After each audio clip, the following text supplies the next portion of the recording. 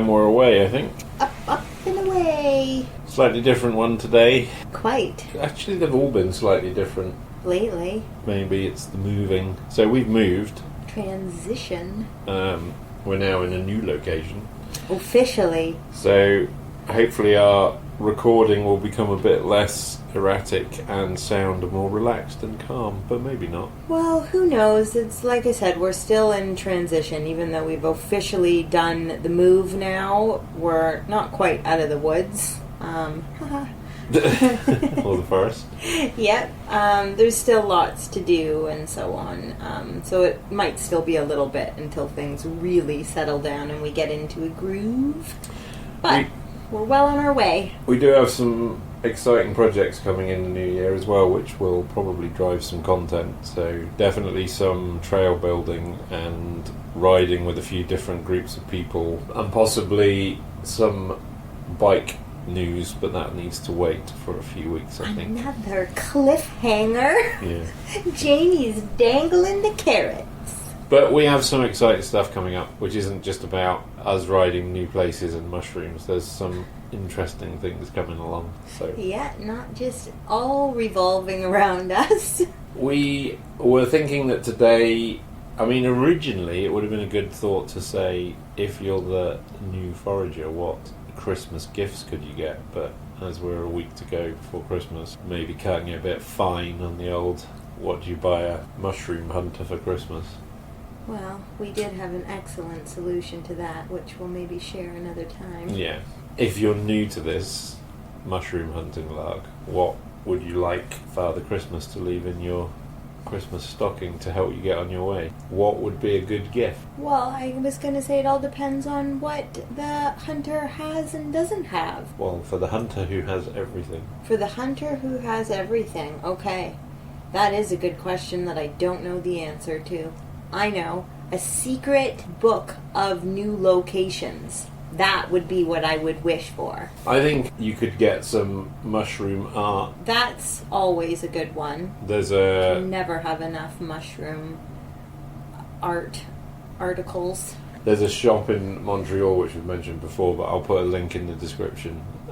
If your mushroom hunter is constantly looking for something like morels, why not get them a framed morel to put on the wall so that they can constantly look at it and go, damn it, I've never found one of those. And if you're a beginner, I think there's quite a few things you might require.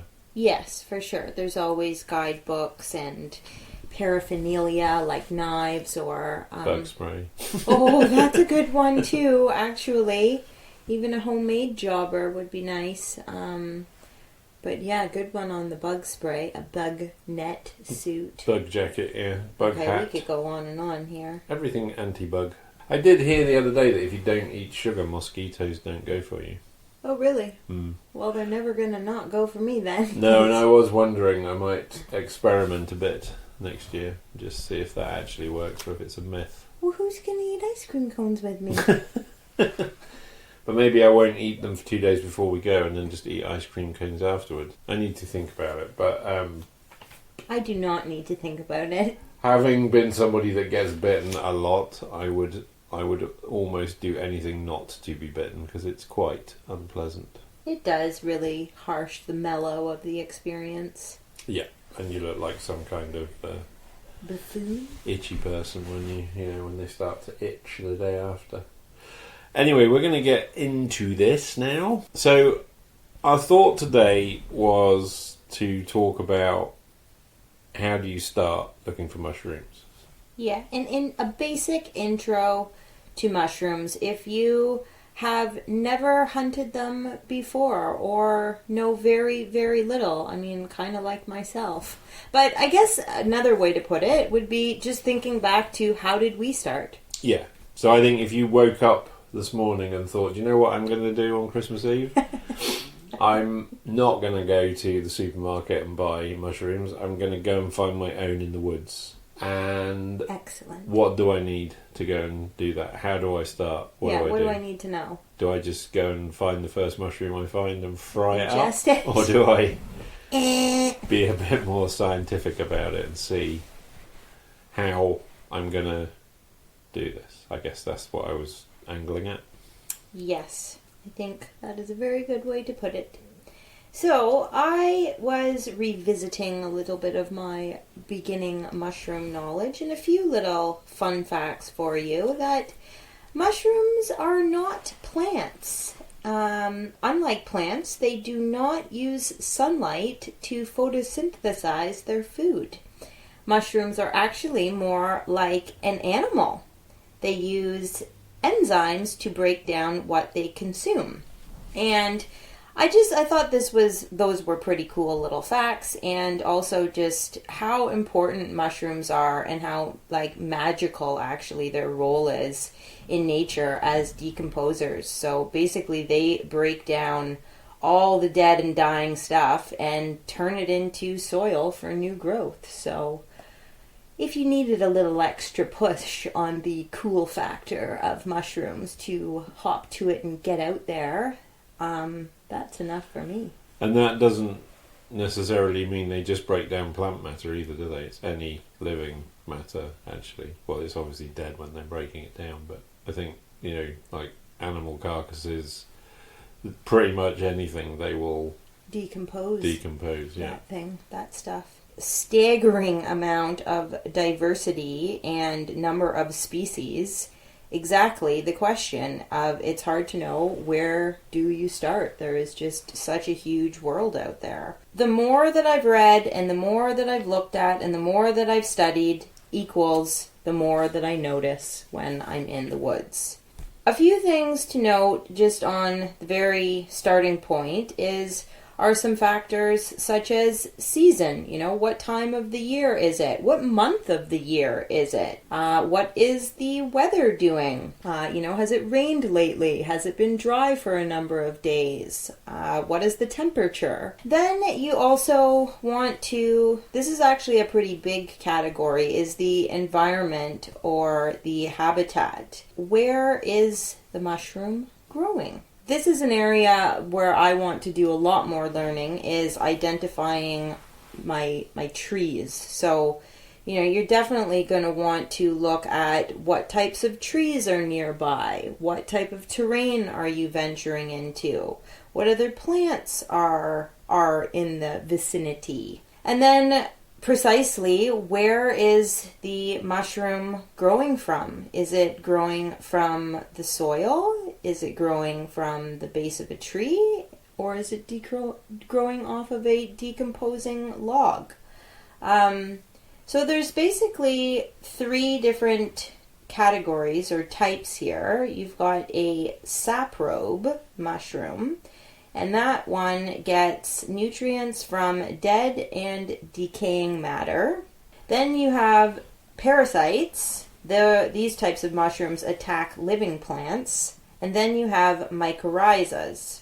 And they have a symbiotic relationship with trees, and they're generally growing from the soil. That was just a few little fun facts on different types. That was to do with environment and habitat. So there are a variety of characteristics in each of these mushroom species. And this is where I've learned a lot, is, what am I looking for? And this is what we call the key identifying features. And some could be tactile, some could be sensory, and it's all going to depend on stage of growth.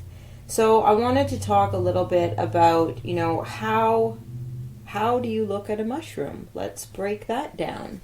So I've kind of thought of it as like the anatomy, basically, the parts of a mushroom. What are we talking about here?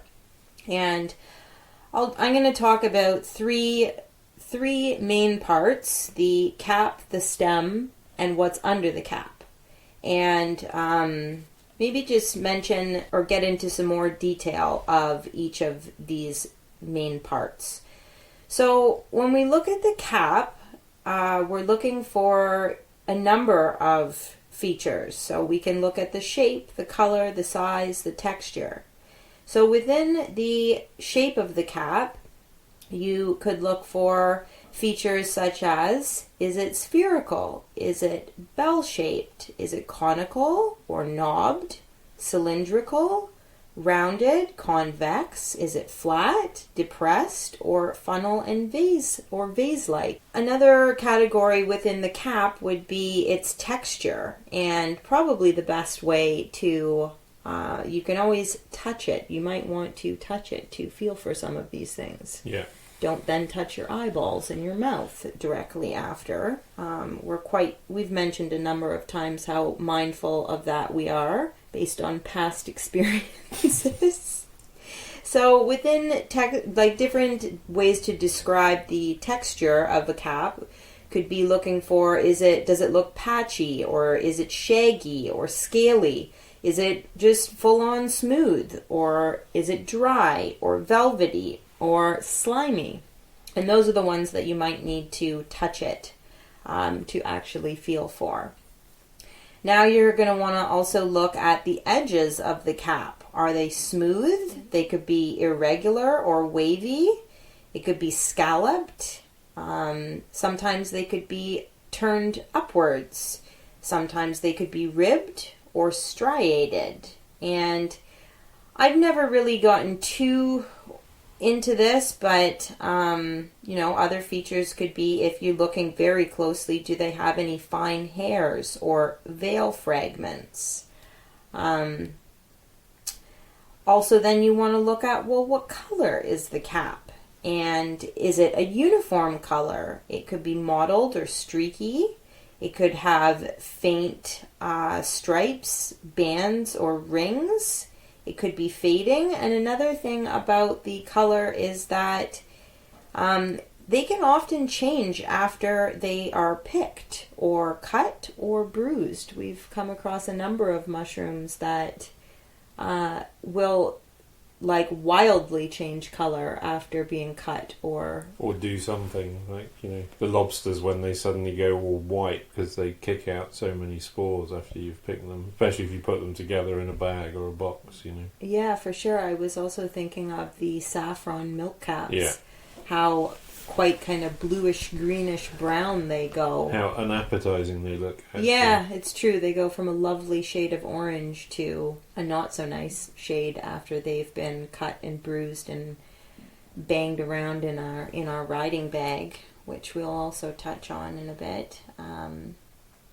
And then any other additional notes, such as smell or odor, were they growing in a cluster or singularly? I think we sometimes, or you sometimes, will look at the time of year and either look back on what we found previously or just look at what is being found in the region of Ontario we're in, based on something like Seek, for example, and see what we should at least be keeping an eye out for, which I find helpful, because if I'm already riding, if I know I'm looking for lobsters or oysters or something specific, well, one is oysters can be in trees, so I look up more.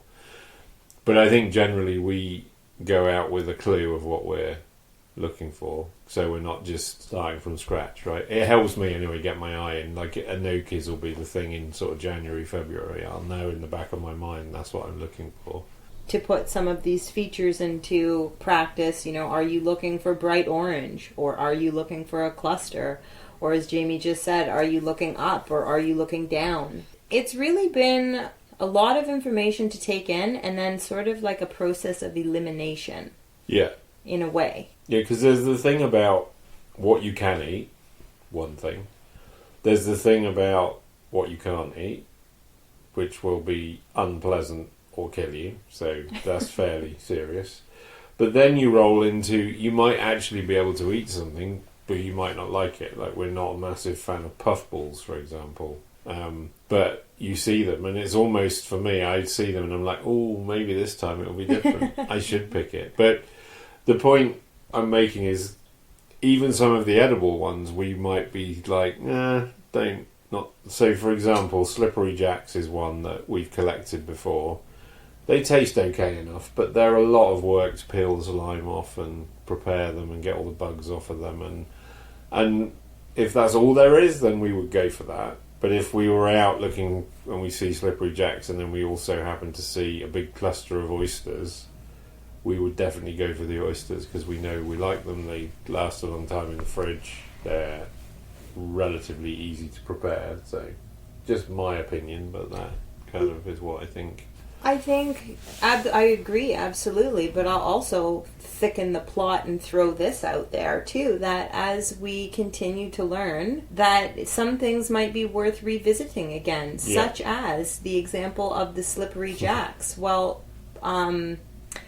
when we first were collecting them and giving them a go, i.e. consuming them, I didn't know that they are great for dehydrating and potentially even, taste better after rehydrating after being dehydrated. So the point that I'm trying to make is it's a lot of information all at once, and it's been a slow go to learn, and we keep learning more and more. So some things also might be worth revisiting and circling back to and trying a different way. Yeah, I would agree. Because I'm sure that we know more now than we knew at the time, and we don't know everything. Far from it, is what I'm getting at.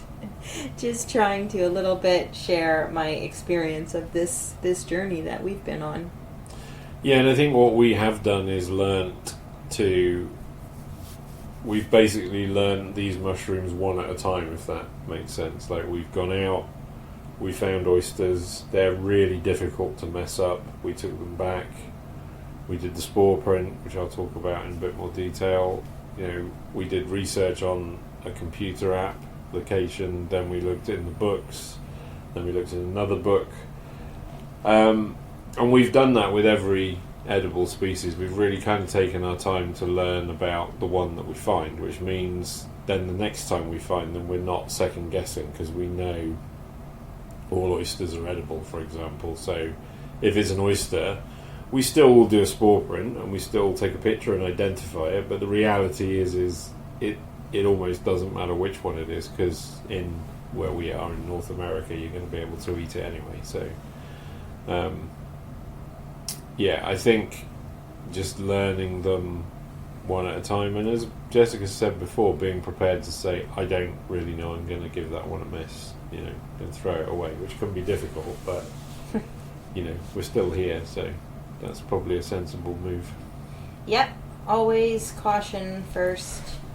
So moving on with the anatomy here, shall I? You carry on.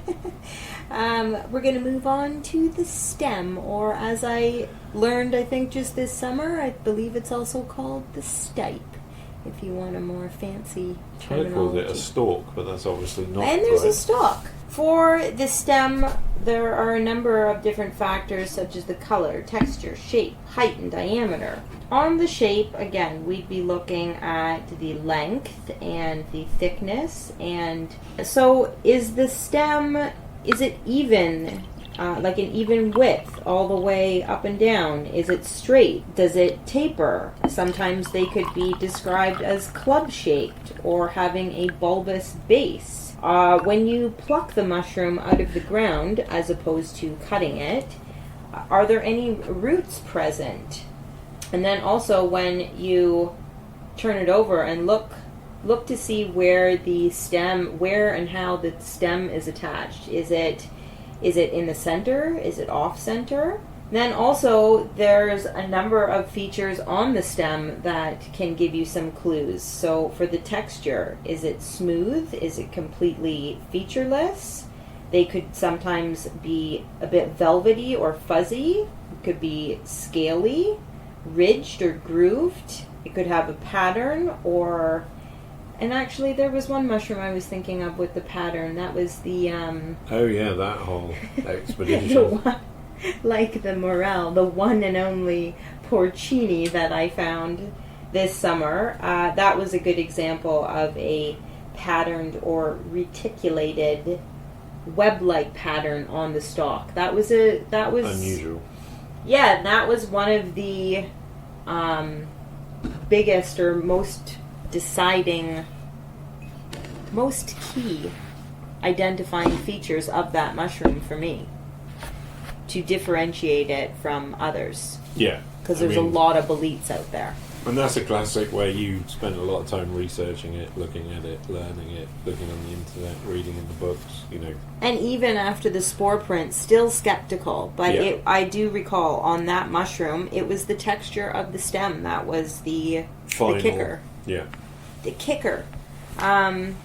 Also, we sometimes look, is there a ring or a partial veil on the stem? So if you were to actually, you could do a little experiment with a supermarket button mushroom. You can, if you look closely, you can usually still see a partial veil on the stem. So as the mushroom grows, the cap expands and it tears the veil, and on a classic Premier white button mushroom from the supermarket, you can practice looking for a partial veil. And actually, I'd not thought about this, but that would be a good mushroom to practice the spore print on. Excellent, absolutely. So if you start to get into identifying mushrooms, then one of the ways to help confirm is a spore print. A supermarket mushroom would be a really good mushroom to practice spore prints on. In fact, it would be a great mushroom to look at all of these parts of anatomy on. And you know what it is, so it isn't going to kill you. Yeah, you can use it as a real live specimen. Yeah, that's a good move, actually. Yeah, rather than just using photographs from books or the internet, you can practice for real. Yeah, for truth. For truth. Okay, so now we're going to move back up to the cap, but the underside of the cap, which is probably where the most important features are found. So again, there's a variety of categories here. Does the mushroom cap have gills? Does it have pores? Or does it have teeth? And there could also be other. But the most common that you're going to come across, I would say, would be gills, pores, and or teeth. And actually, I was reading that the gills, we're going to talk about gills first, and they grow like the spokes on a wheel. And it made me think of a bicycle and just how well those two things go together. So you can't get away from it. I know, you just can't. And I think we're going to touch back on that as well. Yeah. Gills. We're talking about gills. So I learned early on that how do the gills attach to the stem was a key clue. So there's three basic ways. You can have attached gills, which is exactly what it sounds like. The gills are attached to the stem. You could have decurrent gills, which the gills are attached and run down the stem slightly. Or you can have free gills, which stop. The gills stop just before the stem, and if you are looking at it from above, you can see there's almost like a little track around the stem. And if it's difficult to see in some like very bell-shaped mushrooms, like say a shaggy mane, if you were to slice the mushroom vertically in half, then you could really see if the gills are free or not. So other terminology and factors in the land of gills, gilled mushrooms, are the spacing of these gills. Are they tightly spaced, loosely spaced, crowded, moderate, or widely spaced? And then other features could be, are the gills straight? Are they wavy or are they jagged? Or do they look more like veins or ridges? And this is actually not a true gill. These are called folds. And a classic variety of that, or a classic example of that, would be chanterelles. Yeah. They are not a gilled mushroom. They have folds. So, I'm going to move on to pores, and a great example of species in the family of pores are boletes. They have a sponge-like layer of very tiny tubes, and this is where the spores get released. So these little pores can be tiny and fine. They could be large and coarse. And they could also be different shapes. They could be rounded or angular or hexagonal. And they could be many different colors. Another type or another category would be teeth. And just to give an example of species with teeth would be lion's mane or hedgehog mushrooms. So these are more like spine-like or icicle-like dangling teeth. And they're kind of enough said on that. They're quite unique. I think they look like coral. I've always thought there's a theory with nature that things repeat in different environments, and I've always thought, certainly the type of lion's mane we often find, if you saw it under the sea facing the other way up, it would just look like a piece of coral. Precisely, but I'll tell you a reason why I did not use coral in the describing factors for the teeth is because there's a whole other category of mushrooms or of fungi that are coral and club fungi. Right.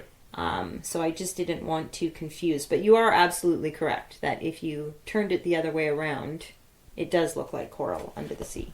So all of this business of under the cap or under the bonnet, this is where the spores are released from the mushrooms. Yeah. And Jamie's going to talk about he's our spore print master. So when we started, and this was all quite overwhelming, despite looking at many books, we have the Pearson mushroom book for North America, the field guide, which is supposed to be the best one, but to be honest, it wasn't great. And we then got, from the shop in Montreal I mentioned, a simple guide to common mushrooms, and it's mushrooms of the Northeast, so Northeast America.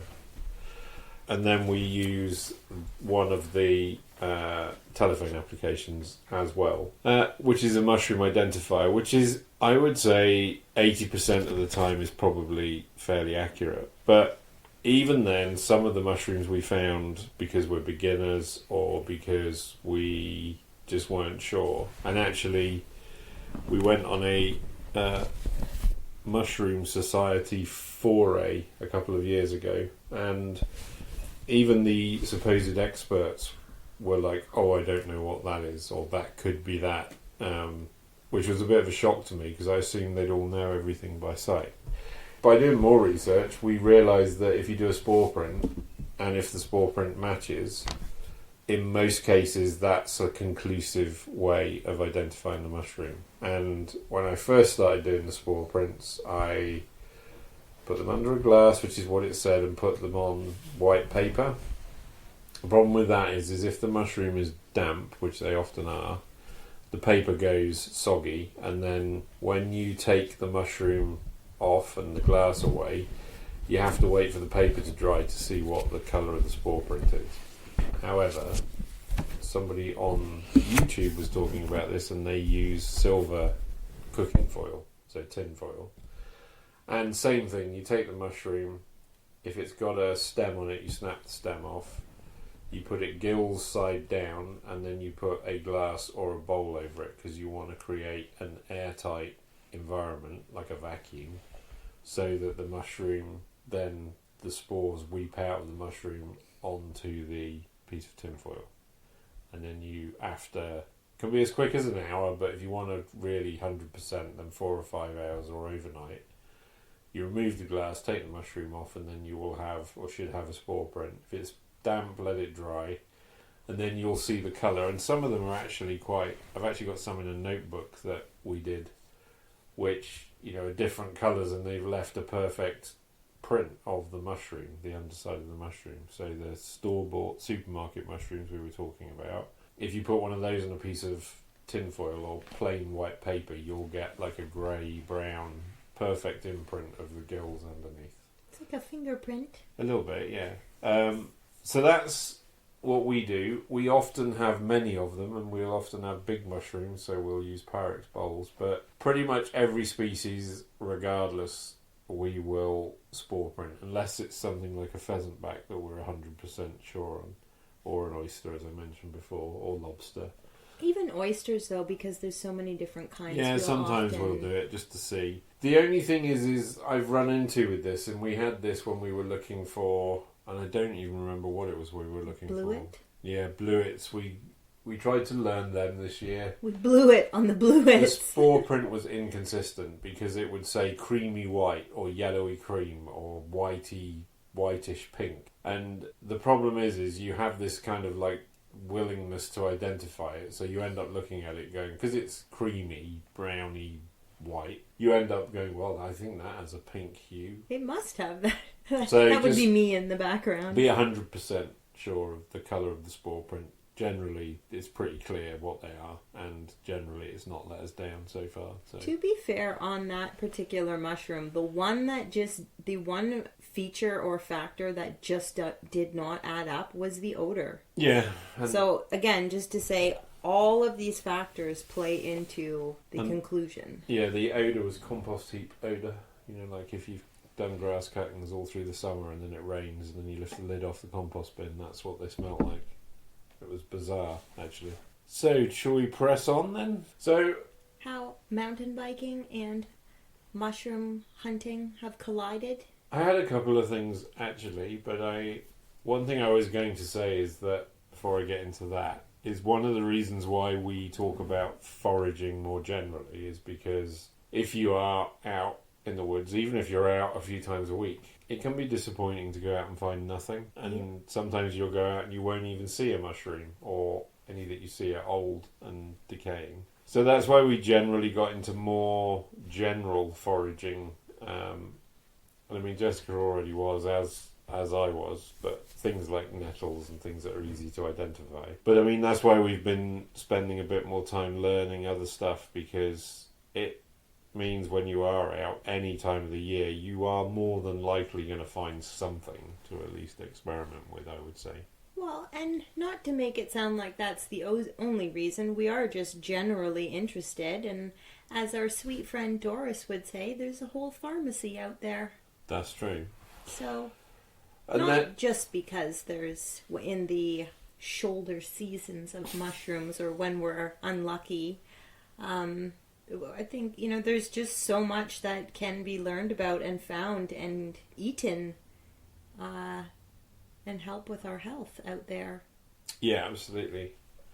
So, and that kind of leads me into the mountain biking thing. So, if we were, I mean, I speak for me probably more, but if the journey on this was, I was into collecting mushrooms and looking for wild edibles, and I used mountain biking as a way to go and look for those things, that would be one thing, and my riding would be sedate and calm and quiet and not looking for anything interesting apart from what we saw. But I've come at it from a very different end, so I've come at it from racing and riding down mountains, but I've always been interested in the environment that I've ridden in, so it's kind of been a natural progression to, as I said, collect nettles for tea and heather flowers for tea, and normally at the end of the day or if there's a long stop. But we both were interested in mushrooms, and as we've been riding in lots of new places for this podcast, but also I was trying to do something else this year, as in I was trying to ride a number of different trails. We've basically progressed and just ended up trying to find a balance, which is tricky. It can be. So I this year was trying to ride at least 500 different trails from start to finish, which put a bit of time pressure on the riding, and then on top of that, Jessica had her accident at the start of the summer. So it's basically meant that the riding has been a bit more sedate, and if you are going out for a ride for fitness and to progress your riding, to then keep stopping every 5 minutes looking for mushrooms can be quite frustrating. And personally, I need a bit of time to get into riding, especially if it's technical, so if it's rocky or rooty and wet and slippery. I don't do well if I keep stopping, because I end up losing focus. So we've kind of got a half balance going. I think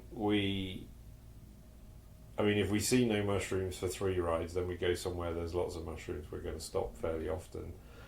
I would say the trick is to try and plan places where there is some general riding and there is some more technical riding. I would say give yourself enough time so that you can ride, and then if you do find a big stash of mushrooms, you can always hide them and go back and get them, or just go back and get them. You know, when you finish, go back to whatever. Ride a different trail to get there. I personally, if I'm riding on my own, only look for mushrooms when I'm riding uphill, or if it's flat green trails. If it's anything technical, I've stopped looking because it ruins my ride. I either crash, end up going really slowly, and I end up not doing anything well. And the last few times I've ridden, the looking for mushrooms on the way uphill actually works pretty well. I'm getting pretty good at, because there's nothing to do riding uphill apart from feel sorry for yourself, so you may as well use the time breathe heavily to look for mushrooms. Yeah, and then the other thing I would say is if it's somewhere where it's not a big day out, so if it's somewhere where you're just riding laps of different trails, then it really isn't that difficult to, ride, keep an eye out, go back and pick them, and, at the end of your ride, or, like I said, hide them, mark a pin. It's definitely a compromise, but I would say the compromise for me is if I didn't ride, I wouldn't go to these places and wouldn't find the things in the first place. And the riding for me is something I kind of need to do, and yeah, it's just a bit of a compromise sometimes, I guess. It is, and also, just accepting what is that some days you go out and we always say, let's go see what we see, because we can't always control what we're going to see, no matter how hard we're looking or not looking. It's, you get what you get and you don't get upset. Easier said than done sometimes, but... Having ridden for years, like literally, I mean, the one thing I would say is that if we've ridden, we ride most weekends, sometimes twice, even 3 times in a week. I just realised, sat here saying this, that we don't have mechanical failures very often. Like when I was used to ride, early 2000s, I would say 1 ride in 3 or 4 would be ruined by somebody having something like a chain snap or something mechanically would break. And I've just kind of realised how robust those bikes are. I mean, some of them creak and squeak a bit, or the suspension needs a bit of attention, or the dropper post doesn't work. But it's really unusual for us to be like, we're not riding, we're going home because we've broken something. I was going to say, the last snap we had was my old Achilles. And hey, that's been a while now. And then the other thing which we sort of touched on is looking for mushrooms is one thing, so what you need to do that, Jessica can sort of talk about in a minute. But from a riding point of view, it's difficult, again, because we had somebody ask what foldable bag can you take riding. Like, if I ride on my own in the evening, I don't take anything generally. My phone normally, because I know where I'm riding, and it's a short walk back to the car. I'd rather not wear a backpack. If it's somewhere new or it's a bit longer, I will take a backpack, but I have a back protector in my backpack, so there's not loads of rooms for mushrooms.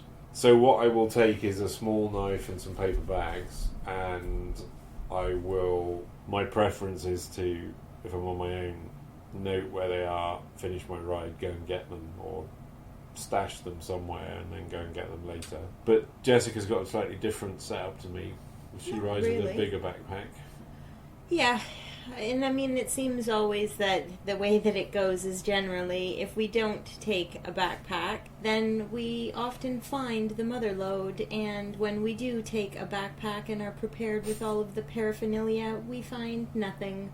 So again, it's just the way that it goes. But I did want to acknowledge the one listener that asked the question about the fold-up bag, or what type of bags do we use, because that's a very good question, and I did give some serious thought to, we did try a number of fold-up bags, a little backpack that you kind of just has strings and it's more like a sack, our own riding backpacks where there's not a great amount of space in them, and or like attaching those fold-up bags outside the backpack, and there's just no way to attach them onto your bike. They just jump and jostle around so much, even as well on your back. So I think really the only conclusion I've come to is I generally try and have a good handful of paper bags in my backpack, and if I'm finding multiple mushrooms or varieties of mushrooms,